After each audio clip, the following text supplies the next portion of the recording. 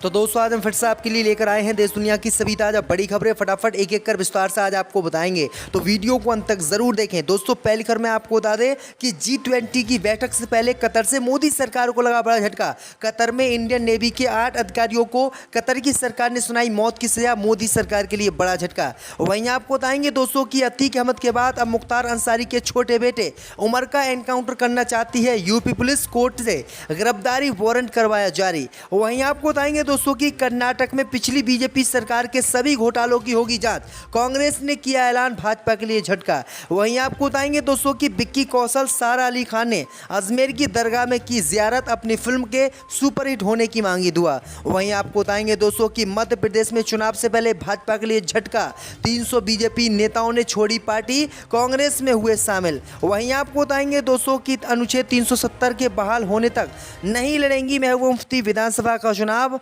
जम्मू कश्मीर में किया ऐलान। तो दोस्तों सभी खबरों को आपको एक एक कर बताने वाले हैं।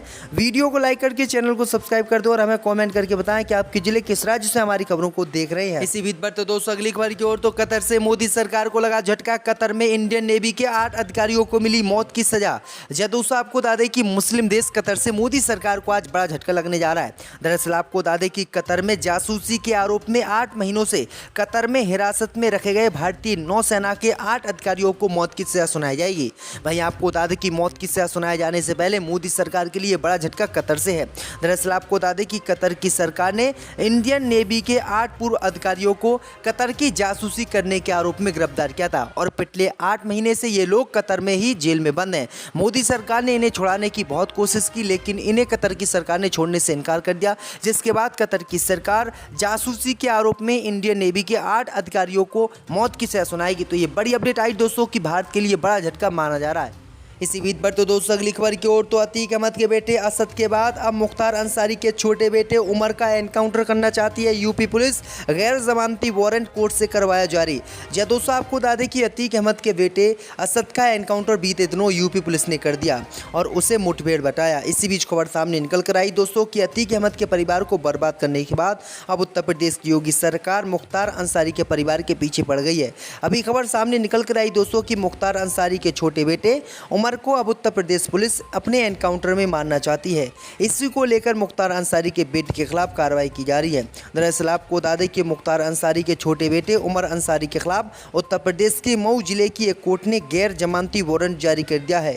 ये वारंट आचार संहिता के उल्लंघन को लेकर दर्ज किए गए 2 मामलों में जारी किया गया है। रिपोर्ट के अनुसार माफिया का बेटा उमर इन मामलों में निर्धारित तारीख पर शुक्रवार को अदालत में पेश नहीं हुआ था। सुनवाई के लिए अगली तारीख 2 जून 2023 मुकर्रर की गई। वहीं कपिल देव सिंह हत्याकांड पर मुख्तार अंसारी के खिलाफ आज कोर्ट का फैसला आने वाला है।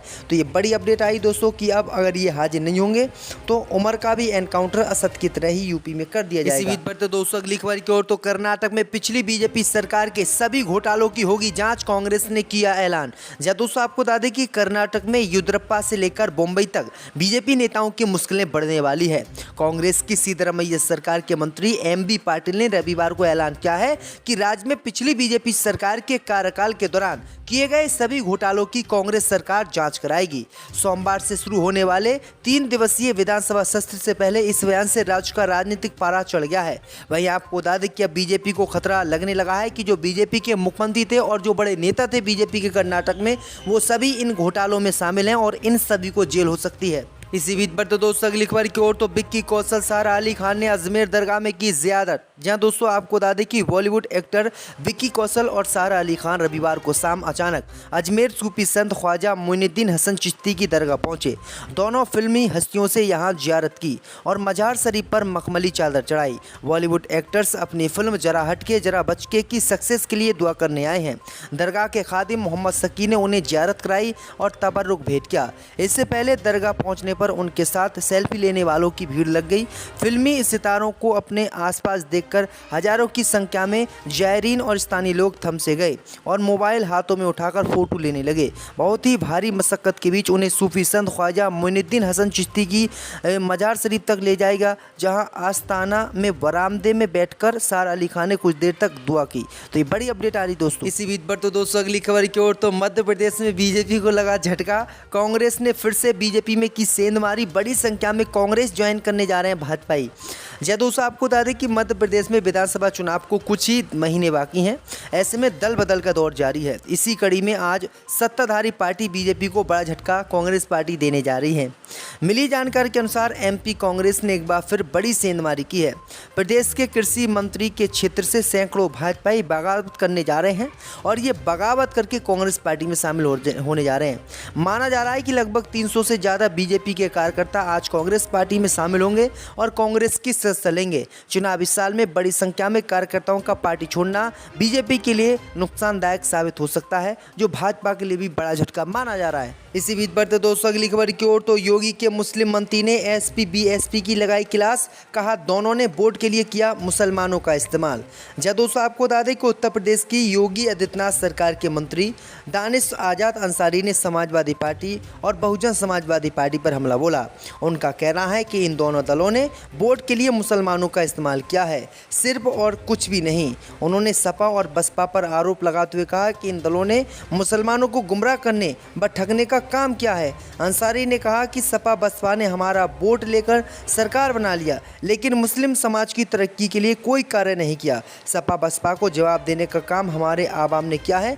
मंत्री ने कहा कि सपा के लोग इसलिए परेशान हैं कि सत्ता की चाबी उनके हाथों में नहीं आ रही है, जनता ने उन्हें दरकिनार कर दिया है, तो सत्ता में आने के लिए छटपटा ये लोग रहे हैं। तो ये बड़ी अपडेट आ रही दोस्तों। इसी बीच पर तो दोस्तों अगली खबर की ओर, तो महबूबा मुफ्ती ने किया ऐलान, जब तक अनुच्छेद 370 बहाल नहीं होगा तब तक नहीं लड़ेंगे चुनाव।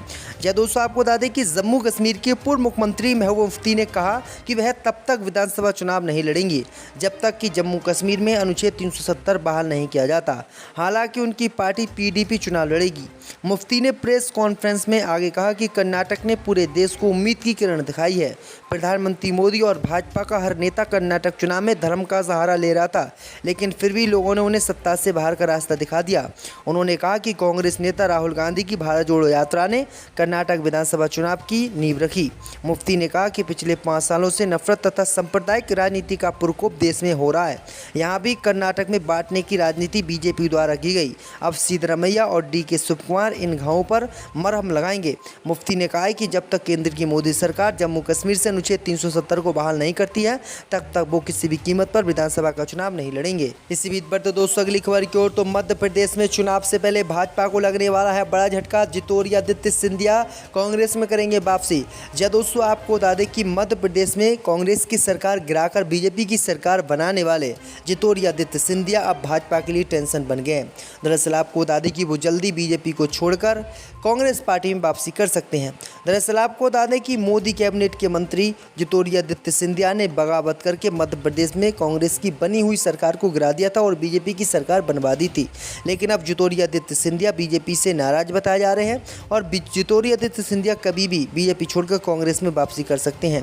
दरअसल आपको बता दें कि ज्योतिरादित्य सिंधिया के ट्विटर बायो में बीजेपी का जिक्र नहीं हुआ है और ट्विटर बायो में बीजेपी का जिक्र न होने के बाद अटकलें तेज हो गई हैं और उम्मीद जताई जा रही है कि जल्दी ज्योतिरादित्य सिंधिया बीजेपी को छोड़कर कांग्रेस में वापसी कर लेंगे, जो भाजपा के लिए बड़ा झटका माना जा रहा है।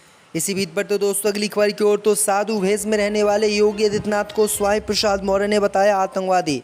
जय दोस्तों, आपको बता दें कि बौद्ध जयंती समारोह में शामिल होने पहुंचे गाजीपुर स्वामी प्रसाद मौर्य ने योगी सरकार पर हमला बोला। दरअसल आपको बता दें कि हिंदू राष्ट्र की बात करने वालों पर जमकर भड़ास भी निकाली। साथ ही मुख्यमंत्री योगी आदित्यनाथ पर निशाना साधते हुए उन्हें आतंकवादी कहा। दरअसल आपको बता दें कि स्वामी प्रसाद मौर्य ने कहा कि जब हमारे खिलाफ एक दो नहीं बल्कि साधु के भेष में आतंकवादी जब हमारी हत्या कराने की बात कर रहे थे, तब यही योगी सरकार शांत बैठी हुई थी और कानून की दुहाई दे रही थी। मंच से बोलते हुए स्वामी प्रसाद मौर्य ने आगे कहा कि आज सत्ता पक्ष के एक नेता के द्वारा बयान दिया जा रहा है कि देश में हिंदुओं की संख्या घट रही है और मुसलमानों की संख्या बढ़ रही है। इस पर स्वामी प्रसाद मौर्य ने कहा कि किस बात का हिंदू नीच होने के लिए, हिंदू आपकी गुलामी करने के लिए आज आप लोगों को हिंदुओं की चिंता सता रही है। जब आप लोगों ने हिंदुओं को पढ़ने लिखने से वंचित कर दिया था, तो हिंदू समाज के किसी भी नारी को आप लोगों ने पढ़ने लिखने का अधिकार नहीं दिया। लेकिन हम सब एक ही भावना का सम्मान करते हैं कि आप कभी भी लोगों को गुलाम ना बनाएं। उन्होंने कहा कि आरएसएस और बीजेपी बस यही राजनीति करके देश के लोगों का ध्यान भटकाते हैं और फिर चुनाव जीत लेते हैं और उनको छोड़ना भी नहीं चाहते। समाजवादी पार्टी को उम्मीद है कि चुनाव से पहले आजम खान साहब जेल से बाहर आ जाएंगे। हम तो ये उम्मीद करते हैं कि और हमारी कोशिश भी यही है कि वो जेल से भी क्या अभी बाहर आ जाए।